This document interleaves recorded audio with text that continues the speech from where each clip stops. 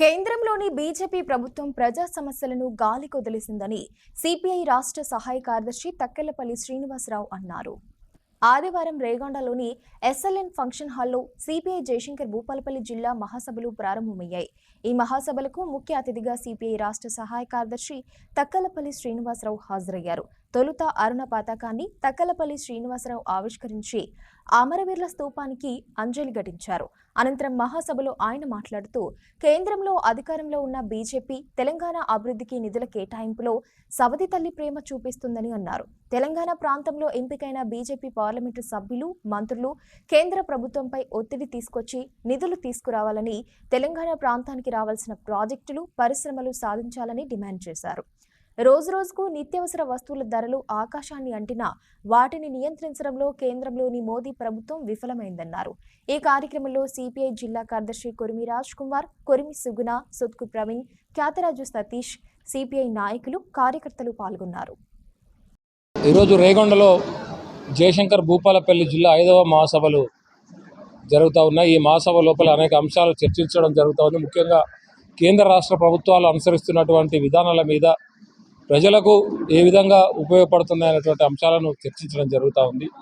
ముఖ్యంగా కేంద్రంలో ఉన్నటువంటి బీజేపీ అధికారంలోకి వచ్చిన తర్వాత కార్పొరేట్ వర్గాలకు ఒత్తాసు పలుకుతూ, కార్పొరేట్ వర్గాలకు అనుకూలంగా నిర్ణయాలు చేస్తూ పేద, బడుగు, బలహీన వర్గాలను నిర్లక్ష్యం చేస్తూ ఉన్నది ఈ బీజేపీ పార్టీ.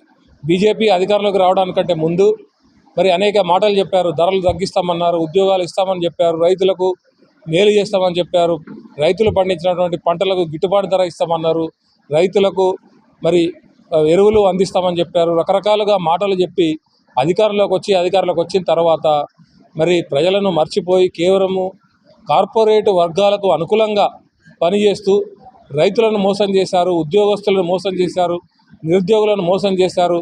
ఈ రకంగా పరిపాలన కొనసాగుతూ ఉన్నది. మరోవైపు రాష్ట్రంలో కూడా అధికారంలోకి వచ్చినటువంటి కాంగ్రెస్ పార్టీ అనేక మాటలు చెప్పి అధికారంలోకి వచ్చి వాగ్దానాలు అమలు చేయకుండా ఈరోజు నిధులు లేవని మాటలు చెప్తా ఉన్నారు. మరి అనేక మాటలు చెప్పారు మీరు. రైతు భరోసా, రైతు బంధు, రైతు బీమా, గృహలక్ష్మి పథకము, 200 యూనిట్ల వరకు ఉచితంగా విద్యుత్ ఇస్తామన్నారు. అదేవిధంగా 500 రూపాయలకే గ్యాస్ సిలిండర్ ఇస్తామని చెప్పారు. ఇంకా అనేక వాగ్దానాలు చేశారు. కానీ ఈ వాగ్దానాల అమలు లోపల రాష్ట్ర ప్రభుత్వం కూడా వెనుకబడి ఉన్నది. ఈ రకంగా కేంద్ర రాష్ట్ర ప్రభుత్వాలు అనేక వాగ్దానాలు చేసి ఈరోజు ప్రజలను మభ్యపెట్టి పరిపాలన కొనసాగిస్తూ ఉన్నారు. అందుకనే ఈ మహాసభ లోపల ఈ అంశాల మీద మేము చర్చ చేస్తూ ఉన్నాం. ప్రజల పక్షాన నిలబడేది కేవలం కమ్యూనిస్టులే, ప్రజల హక్కుల కోసం పోరాడేది కమ్యూనిస్టులే, ప్రజల సమస్యలను పరిష్కారం కావాలని చెప్పి అనునిత్యం మరి ప్రజలకు అండగా ఉండి పోరాటాలు చేసేది కమ్యూనిస్టులే. కాబట్టి ఈ మహాసభ లోపల అనేక అంశాలను చర్చించి కేంద్ర రాష్ట్ర ప్రభుత్వాలు అనుసరిస్తున్నటువంటి విధానాల మీద పోరాట కార్యక్రమాలు తీసుకోవడానికి మహాసభల లోపల చర్చ చేస్తూ ఉన్నాం. జిల్లా 5వ మహాసభలు రేగొండలో జరుగుతూ ఉన్నాయి. ఇందులో గతంలో మేము తీసుకున్న నిర్ణయాల అమలు, అదేవిధంగా ఈ 5వ మహాసభలో భవిష్యత్తులో తీసుకొని పార్టీని ఎట్లా ముందు తీసుకుపోవాలనే దాని మీద చర్చలు జరుగుతూ ఉన్నాయి. స్థానిక సంస్థ ఎన్నికలు రేపు ఎంపీటీసీ, జెడ్పీటీసీ, అదేవిధంగా మన మున్సిపల్ ఎన్నికలు కూడా రాబోతూ ఉన్నాయి. వాటిలో తప్పక మనకంటూ మా వంతు కర్తవ్యంగా మా ప్రతినిధులను గెలిపించుకోవడానికి సంబంధించి ఎత్తుగడలు రూపొందించుకుంటా ఉన్నాం. అదేవిధంగా ప్రజా సమస్యలైన ఈరోజు రైతు, వ్యవసాయ కార్మికులు, హమాలి, బిల్డింగ్ రంగం, అదేవిధంగా మధ్యాహ్న భోజనం, ఏఎన్ఎం, బిల్డింగ్, అన్నీ ముఖ్యంగా సింగరేణికి సంబంధించిన అన్ని వర్గాలకు సంబంధించిన సమస్యల పట్ల చర్చలు జరుగుతాయి.